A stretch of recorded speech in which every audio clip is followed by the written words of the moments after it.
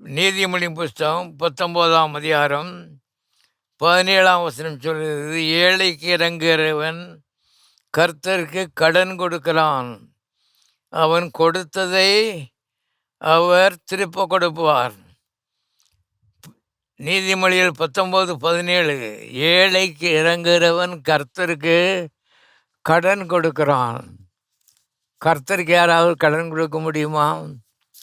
நீ யோசிச்சு பாருங்க, அவருக்கு என்ன தேவை இருக்கிறது? ஆனால் அவர் சொல்கிறார், ஏழை அவனுக்கு இறங்குனேன்னா எனக்கு இறக்கம் செய்த மாதிரி.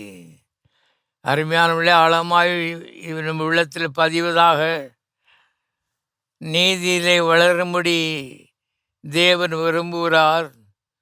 அதில் முக்கியமான பங்கு இரக்கம் காண்பிக்கிறது.